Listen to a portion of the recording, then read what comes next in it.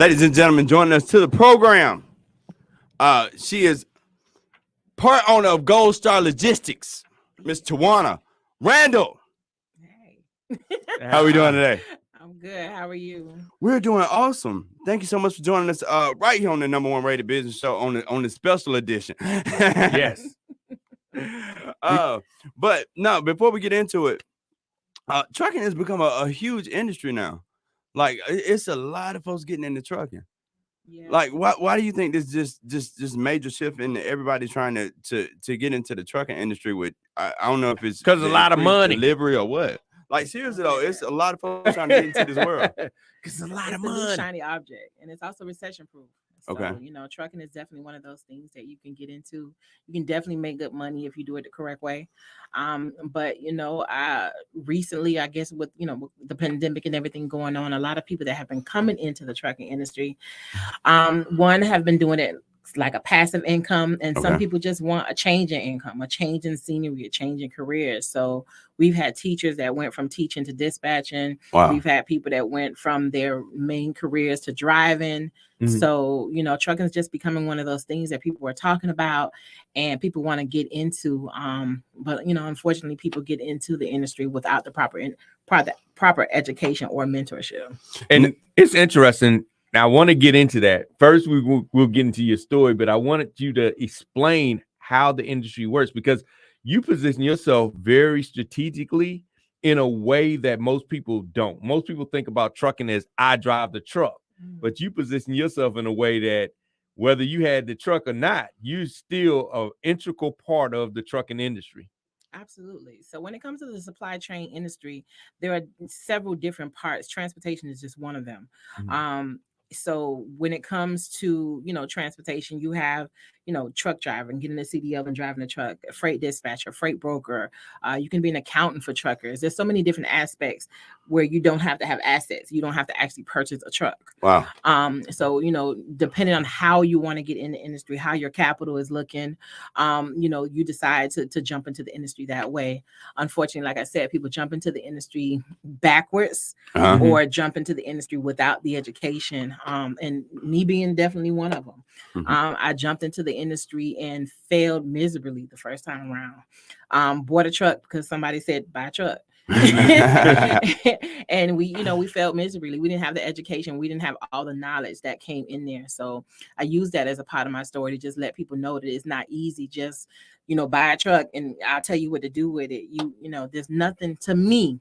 I hear people say it all the time, but to me, Okay. there's nothing passive about trucking. You got to know what you're doing, even if you're turning it over to somebody else to manage. You want to know what you're doing. You want to know where the money's coming in or why the money isn't coming in. Mhm. So you want to understand logistics and transportation in the whole before just spending $70,000 on a piece of equipment and saying, "Hey, make me $10,000 a week and Yeah. send it back to me." Like, yeah, okay. Now, for somebody that wants to be in this industry, because it's so much stuff in the truck right.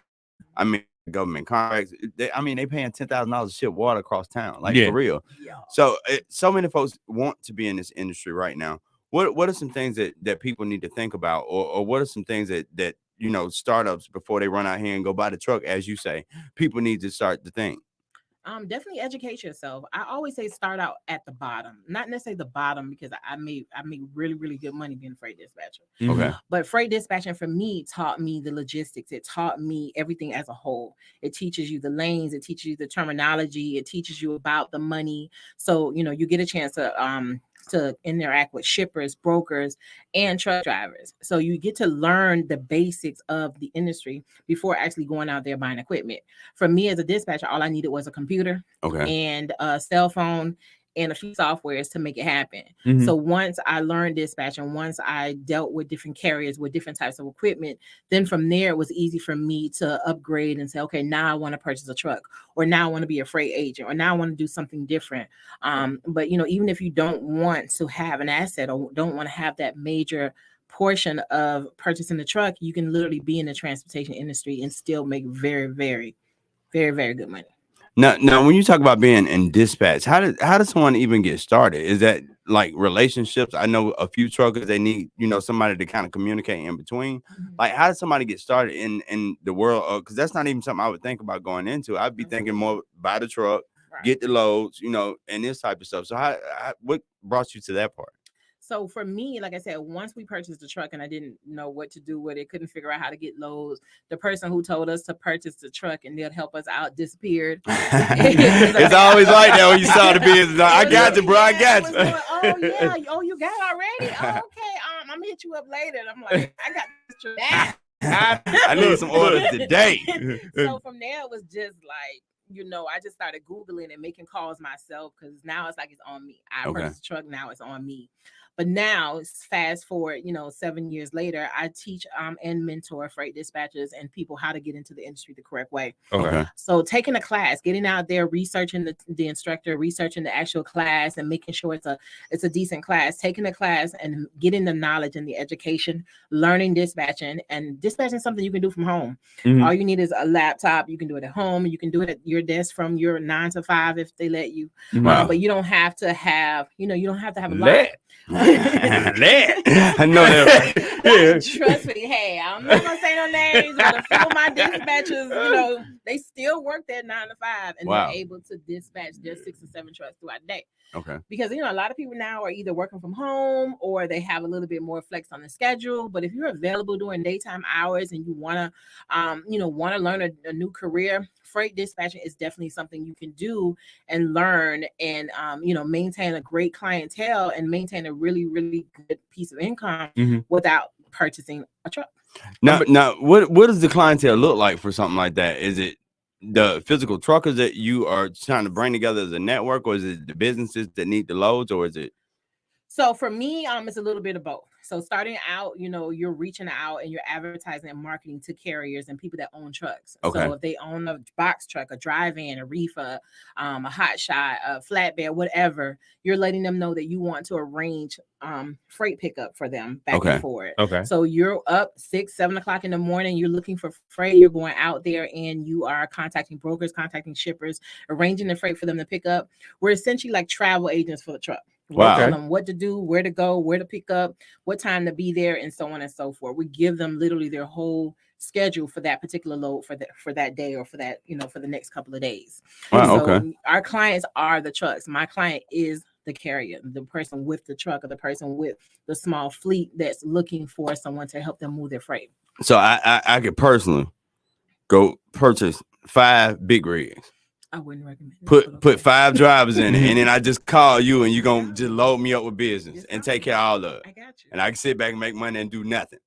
I'm gonna need you to do something. I don't want to do nothing. That's what I'm saying.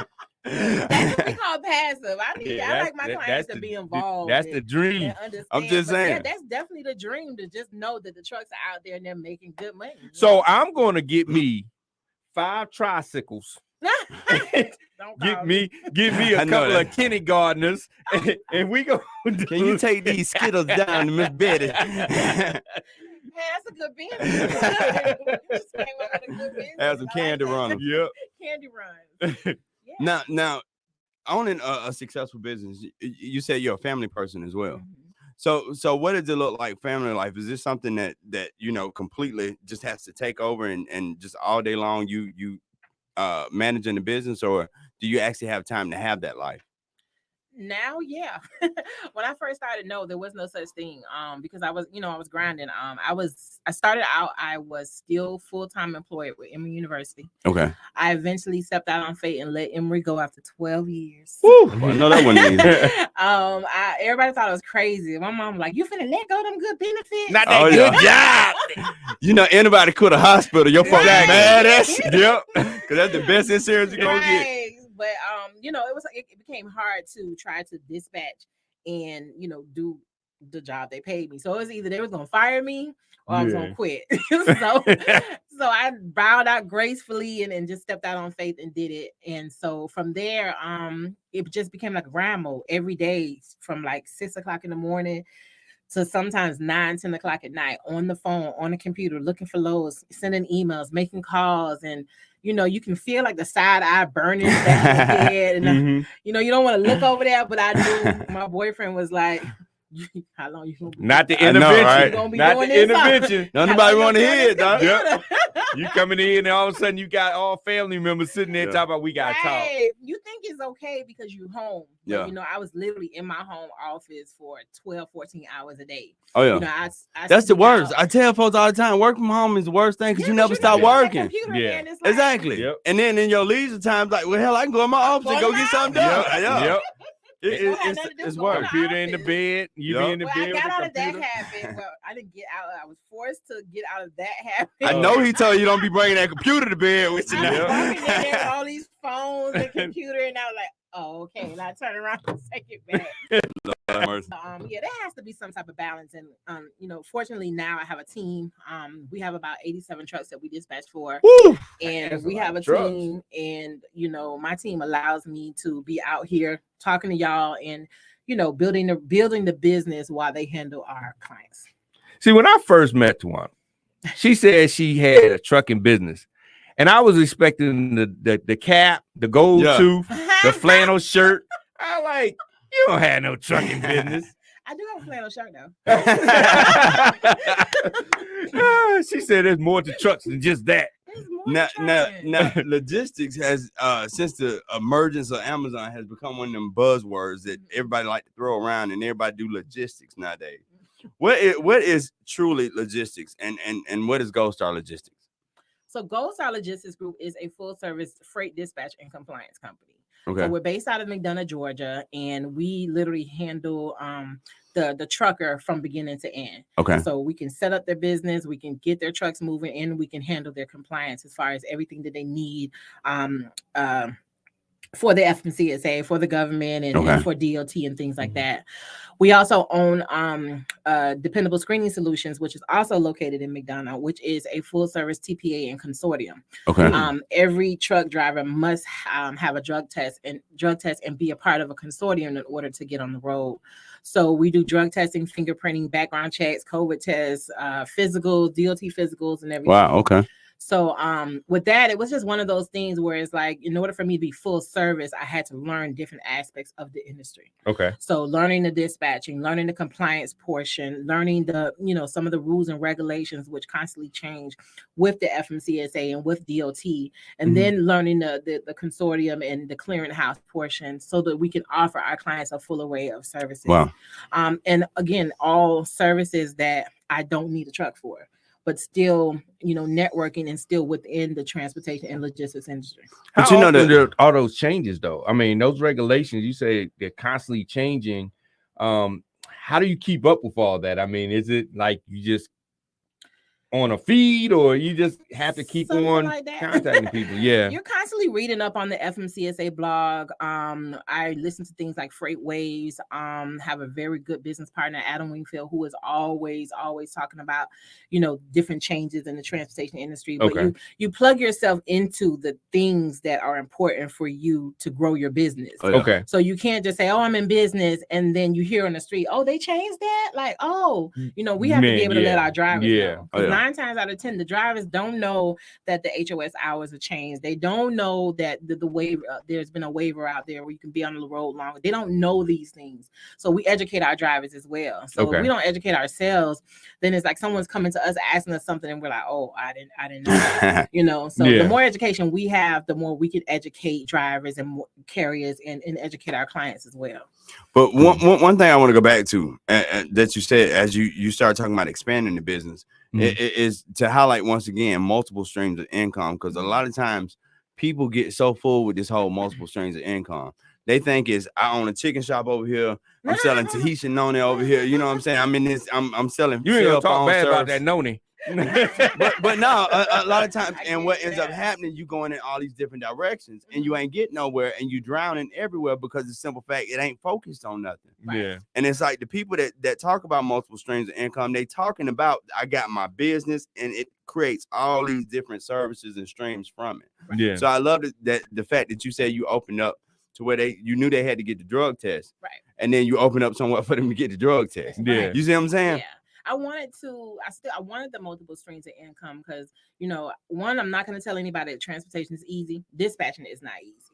if you put in the work, you definitely can make the money. You know, for me, when I first started, you know, getting a few trucks here and there, you know, we were doing about maybe $2,000 to $3,000 a week. Okay. So, you know, and that's dispatching for about 10 trucks. Wow. You know, so which is a lot, but you know, depending on the goals that you're trying to reach, you can definitely make the money. Okay. So if you're going to continue to grow in this industry, then why not have all of your streams of income have something to do with the same industry? Oh yeah. You know, I can't put on no makeup, so I'm not selling Mary Kay. You know, people come to me all the time. You would do good with selling that. No, I don't lip gloss that. You know, so I try to stick to what I know and what I dedicated myself to. So if I felt like I was going to dedicate myself to transportation, then why not have the streams that I had be focused on just that one industry versus confused. The only thing I have different is a travel agency, which kind of goes with it because I book hotels It's the same, for some of my drivers sometimes. So, you know, so I still get the perks. No, so I'm with you. Everything that I do, everything that I focus on has to be within this industry. That is so beautiful. Now, what are some things, because you obviously become just majorly successful at doing this. What are some of those keys that you have found as you have gone through this industry and started doing your thing in it? What are some of those keys that you have found to success? Prayer. Say pray about it. Prayer. I definitely try to stay prayed up and keep that you know, keep God first. My family, definitely my circle, making sure I surround myself with people who are legitimately in this industry and legitimately being successful and that can actually teach me something. Wow. Or I can teach them something, or you know, vice versa. And definitely keeping my education and knowledge. You know, because within this industry, if you don't have that, then you know, you're definitely not going to be able to go far. Wow. Once again, I keep telling y'all, it's never 1, 2, 3. You know what I'm saying? It's always the inner stuff. It's always, you know what I'm saying? It's always what's going on in your life, more so than what's going on in your business that's affecting you. What are some of the pitfalls being an entrepreneur, having a family, and all this type of stuff that you fallen into? Being an entrepreneur, definitely your success or your lack of is on you. Okay. You know, working I love that. for corporate America that's y'all company, you know. I don't care if you work or not. I come in here and do my little piece, you know. If y'all go under, they ain't got nothing to do with me. But you know, if Goldtime Logistics goes under, that's me. That's me all day. That depends on the people I hire. That depends on the services that I offer. That depends on the marketing that I do. Everything that I do makes a difference whether or not I'm going to succeed or fail.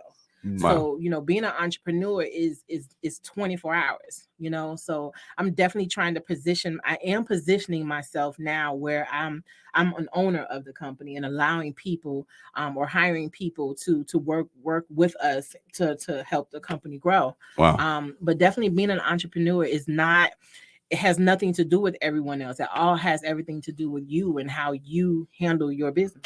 That's a key piece. Oh, she yeah. said it has nothing to do with everyone else. That's true. It has to do with you. And a lot of times we let other people run our business that have no stake in our business. And they're telling us what we need to be doing. You need to be doing at the end of the day, they leave and go start their own. They got you buying $70,000 trucks. Right. Like, I'm out. But you know, it's so true in life. And it's kind of sad to say in a way, you can't take no advice from nobody else because it's always going to be selfish and based off them. You know what I'm saying? It's always gonna be based off what they would do. And they like to hear themselves talk. Oh yeah. Because a lot of times they just say it just to be saying. I remember I had a friend of mine buy an actual Benz based off of me trying to hear myself talk. Because he asked me if it was a good idea. Right. And he was like, yeah, man. Now this guy's 6'4", 250 plus, and he was a drop top 2-seater Benz. Oh, Lord. And he was like, should I get it? And I'm laughing, joking, just like, yeah, you should get it. That's not my money. Right. So he went on a bid on it. Yeah. And he won the bid. Wow. So now he's stuck with his 2-seater. And he's like, what am I supposed to do with this? And I'm looking at him like, I don't believe you listen to me. I was just joking. Right. I wasn't serious, but it wasn't my investment. So I didn't really. You had no stake. Yeah. But let me tell you other crazy folks, and he just did exactly what most folks gonna do to you.